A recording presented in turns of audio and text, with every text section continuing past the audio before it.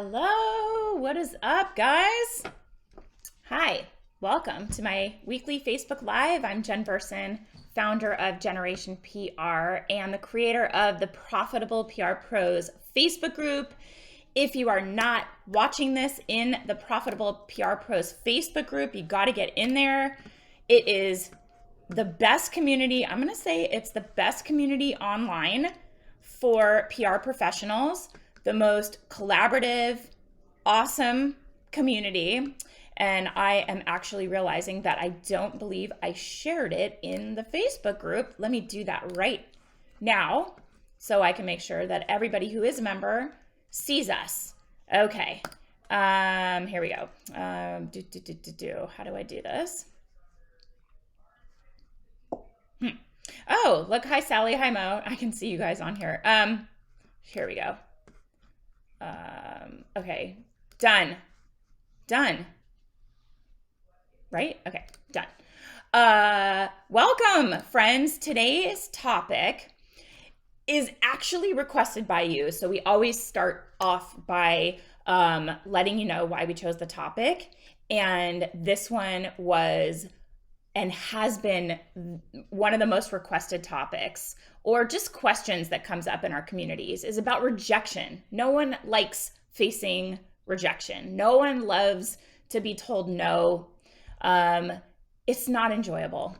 But as a PR professional, it's kind of par for the course for our job and what we do and how we can be more effective.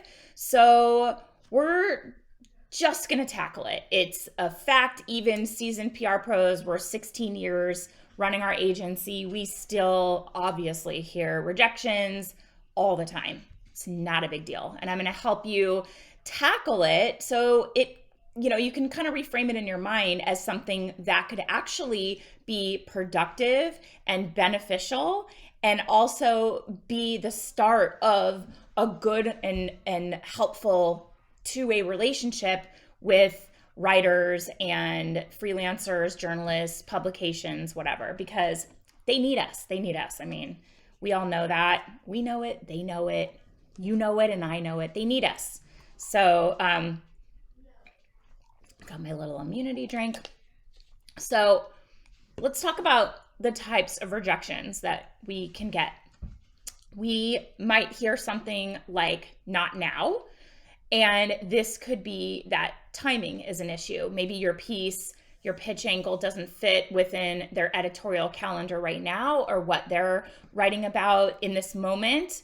And so you might consider positioning your pitch to fit in better at another time. Maybe you follow up down the road, or if you still feel that your pitch angle is timely and relevant right now, reach out to another editor. But we also like that they said "not now," because now you have a responsive journalist, right? It's like a little nibble on your fishing line. You know that person is receiving your emails and they're responsive. So think about that. If they say "not now," then it's a timing thing for them, and maybe somebody else is a better fit. You might just hear "no." That's okay. Like just a flat out thanks for your email, but no, not interested at this time. For that, you can send "thank you for your consideration" message, just to create a positive connection with that journalist, and leave it at that. But you can put this outlet or this media contact in your reach out to the future list, but with that awareness that you'll have to be a bit more targeted, be timely, relevant, and strategic and specific with your pitch, okay? Because that person is kind of telling you that they're responsive, they got your pitch, not a good fit for them. So go back kind of to the drawing board and come up with something, be a little more strategic, and try to give them an angle, do the work for them, and let them know what you think is a better angle for them. The other thing you can do too is edit that pitch or add to it if an editor makes it clear that they're not interested, but you need to have something more, something different. So that "no" doesn't mean no, not ever. It just means not right now, not this pitch, but they're responsive. So follow up with them and go back to the drawing board at another time. Probably the most common, and give me a thumbs up give me a heart if this resonates with you. But the most common thing is we get no response. So crickets. And I have ads running right now. You may have seen them. Crickets to crushing it. It's a picture of me, a before picture where I'm like, and there's crickets all over me. Crickets, right? So no response is like we hear crickets. So what you can do here, and Diane, I see your question, what tool do you use to manage your media contacts? Let me come right back to that. No response, go through your pitches that didn't get a response and strategize ways that you can improve them. Did you aim to create a relationship with the writer? Look to form that connection in the opening of your pitch. Some kind of personal connection, is there something that editor that's reading that email knows that you sent just for them? Just for them. I'm not talking about a generic, loved your most recent article for, Allure. Like, be more specific. Create a relationship. Did you aim to create a relationship in that email, or did you simply spray and pray with a little to no regard to that particular editor or that outlet? I literally just got off the phone with a prospective client. I had an hour and 20-minute conversation with them. And it was the age-old story of them saying, we've been working with a PR agency and they've gotten no results. And I'll say, well, what are they doing for you? And they said, well, they came to us with a list of 1,000 contacts. They said, these are all of our contacts. And that seemed impressive. And they said, we'll write your press releases for you. And the press releases seemed good. And they sent it to all of their contacts, but they haven't gotten any results. And I'm like, of course not. That's spray and pray.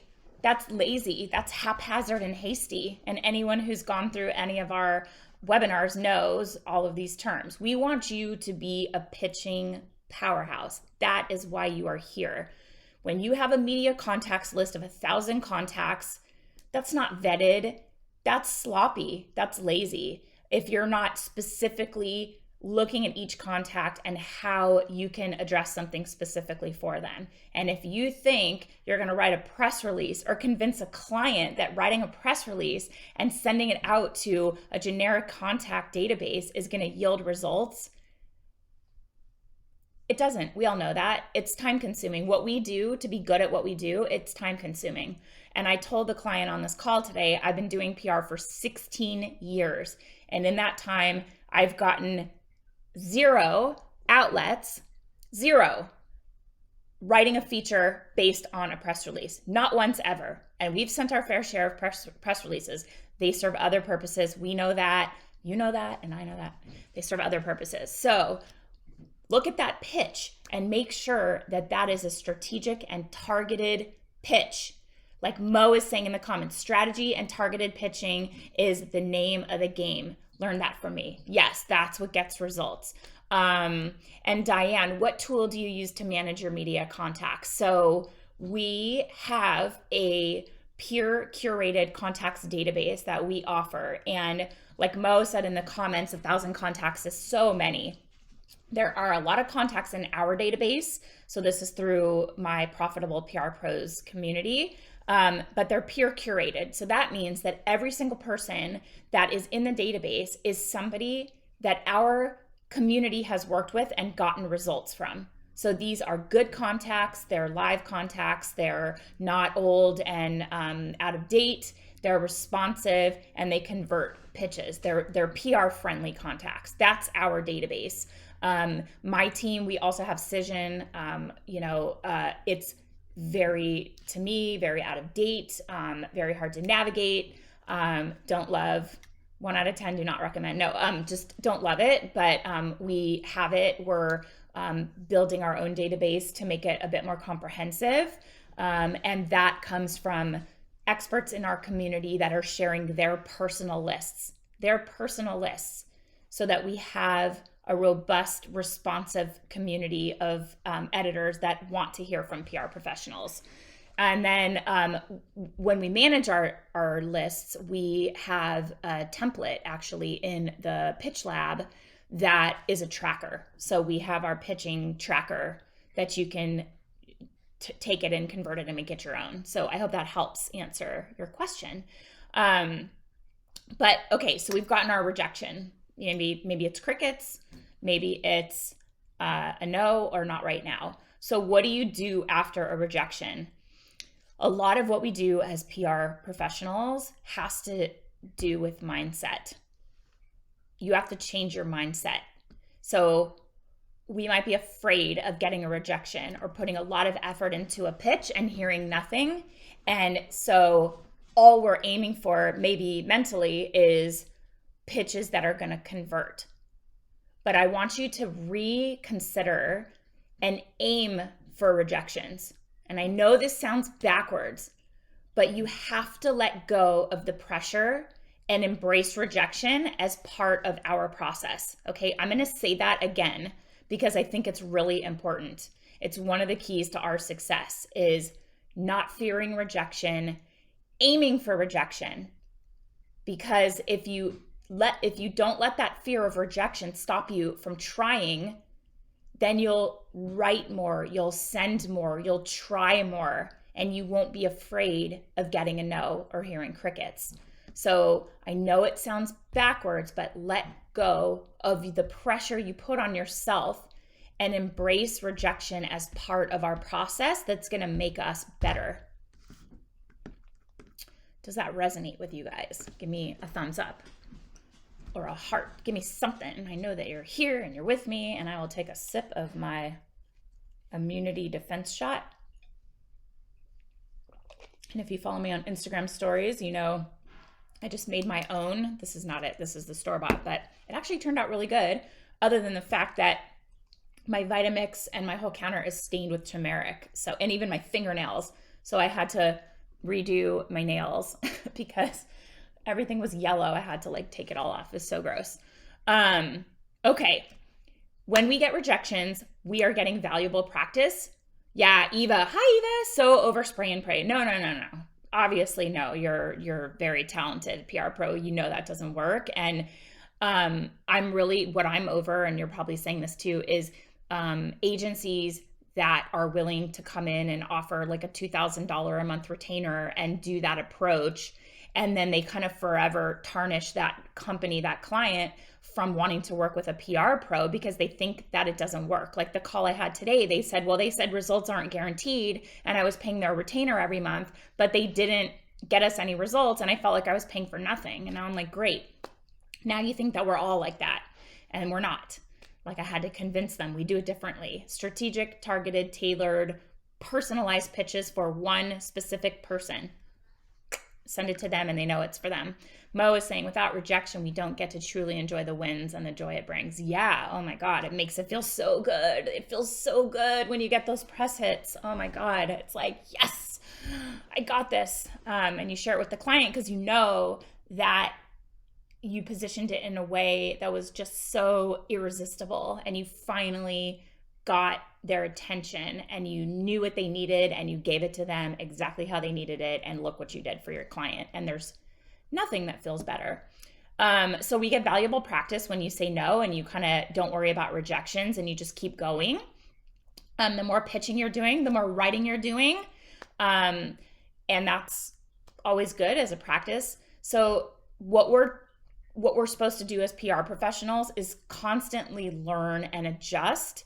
So of course, there's going to be a chance of rejection or hearing a no.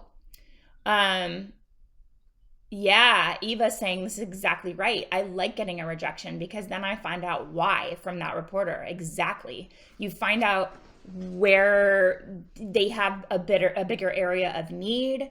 It could be just the timing. It could be that you're not totally positioning it for what their need is right now. It could be a later date. And also we like to be able to go back to clients and say, hey, this is some feedback that I can share. We've had to go back to clients and say that their website wasn't in the best shape to support our PR efforts because our editors were kind of embarrassed to send readers to their website, or they didn't feel they felt it was too clinical and that consumers were put off by that and it wasn't as approachable from a consumer perspective. So we're able to give that feedback, which is unique insight. Diane is saying anything other than crickets is a win. Absolutely. Yes. Like crickets, you're like, is it me? Did it go to spam? That's my first thought. Did it go to spam? It didn't go to spam. It doesn't go to spam. Yeah. Anything other than crickets, at least you have some feedback. You got a little nibble on your wire. That's how we look at it. So you don't take it personally. This might be the biggest advice I can give to you. There's so many reasons that pitches don't get a yes or don't get a response, or if they get rejected, like we've already discussed. It's just important to know it's not anything you should take personally. Learn what you can, like Diane said, and Eva, when you get a response and you get information, that's a learning, not a teachable moment. It's a learning opportunity. It's an opportunity to grow and improve and refine and hone your craft, right? So learn what you can and then move forward, and don't let that fear of rejection keep you from moving forward. Another thing I recommend, track your progress. So make sure you have a spreadsheet. I mentioned it when Diane asked me. Make sure you have a spreadsheet and regularly track who you're pitching and how those pitches are handled. And we also do this for new business outreach. We have a tracker with leads, and we say the date that we sent them, we sent an email and where we are in the process. So this way, when you track it all, the date you sent it, any feedback you got, what day you're following up, you can adjust and improve. And you can also really understand how you're doing it in a more objective way. So this gives you data. This will give you something to look at, that you can maybe look for patterns, or how you got a response, or when you followed up that you got a response, or what was in that follow-up that got the response. When you have a tracker, when you're going to follow up. And I will say we get most of our pitches converting in the follow-up. So don't ever miss that key step. But having that tracker helps you keep track, so it's out of your head and you don't have to worry about, when did I send that? Who did I send it to? Did I hear anything? And have it all right there for you. And actually, like I said, there is a pitch tracker template inside of our program, the Pitch Lab. The other thing I'll ask you to do is a little bit of like self-reflection. So get really honest and get honest with yourself. And if you take a step back, you can probably already identify why that pitch wasn't a good match for that writer or that publication or that specific contact at that publication.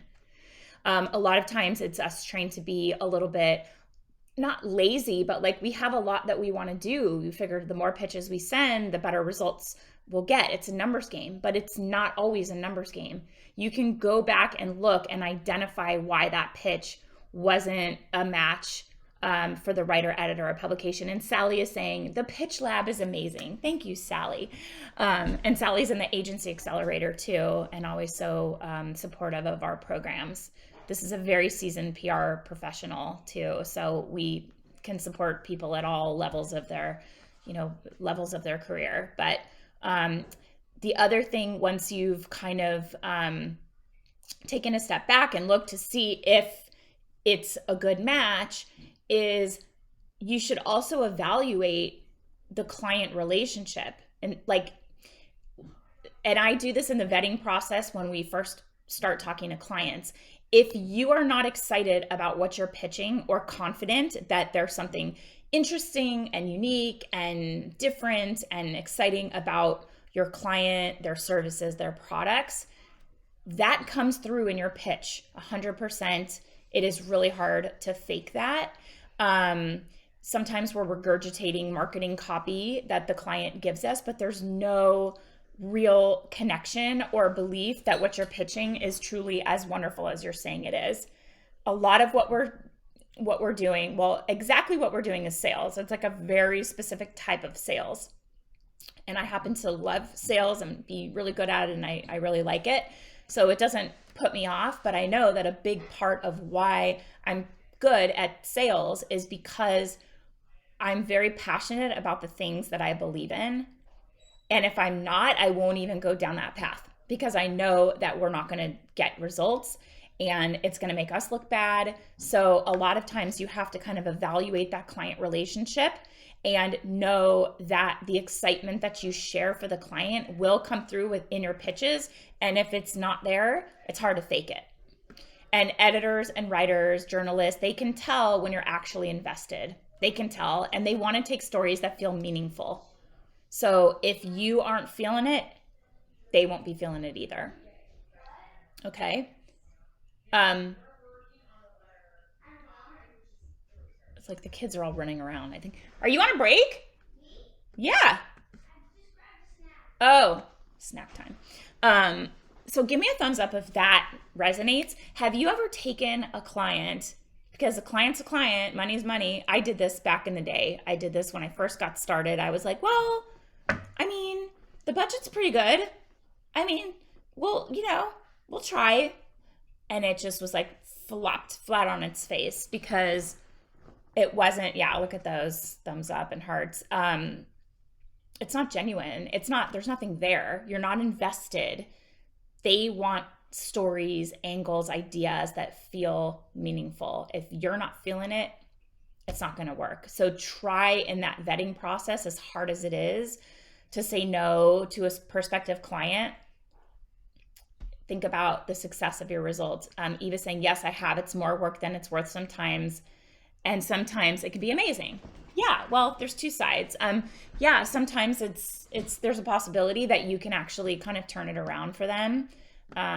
Sometimes I'll look at something and I'll say, well, all of the supporting collateral that we have access to is like really junky, but we love the product. So let's help you get to a place where you have more consumer demand, and then you can update some of your consumer facing assets, and then everything is aligned. So the consumer facing assets, your website, your marketing, your social media, all attracts the target audience. And your PR supports all of that because the product is so great. So sometimes I'll look for those like diamond in the rough clients too. And I think the one I talked to today is a bit of that. They're driving traffic, but they're not having sell-through. And I know we can help with demand. There's a lot of interesting angles with this prospective client. So cross your fingers, new client, hopefully. The other thing too with getting rejections is this is feedback. Just like Eva said, when you get feedback directly from editors, or you can try to get feedback. So ask for feedback. An example of how to do this is saying something very simple like, I really appreciate your consideration of the story idea and that you took the time to write me back. I'd love to know how this pitch or idea or brand wasn't a fit for you, or I'd like to know about why it wasn't a fit for you so that I can bring you better opportunities in the future. I don't want to waste your time, and any feedback you have will be invaluable to my client as we move forward together. And I'm going to put this in the comments. So if you want to just copy it down and make it your own.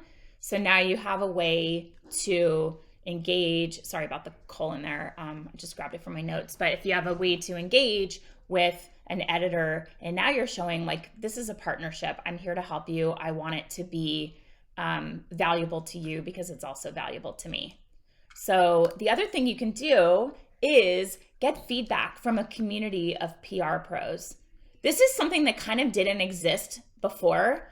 I've been running my business for 16 years, and back in the day, I never had anyone I could bounce a pitch off of. But now we can. So this is something we can workshop together on a Q&A call if you're a member of the Pitch Lab. And we are actually having our Q&A call right after this at noon for anyone who's in the Pitch Lab. It's at noon. We moved it because of the inauguration. We'll have a 90-minute Q&A call, and you can bring your pitch. We can workshop it. This is what we do in the program. You can get a second set of eyes, trained professional. You are exposed to your blind spots, a fresh perspective on it. It always helps. And even if it's someone on the world outside of PR, you can ask a friend for someone that you trust that you can just scan the pitch and see if they spot any errors or anything like that. So that can help you feel more confident. So rejection's not a big deal. Honestly, it's part of the job. God, I am so sick of these trolls. It's so gross. Sorry, guys. Let's just get rid of this jerk.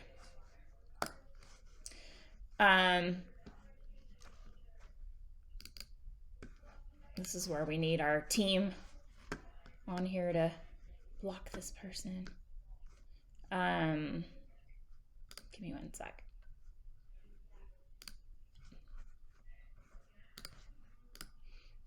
So,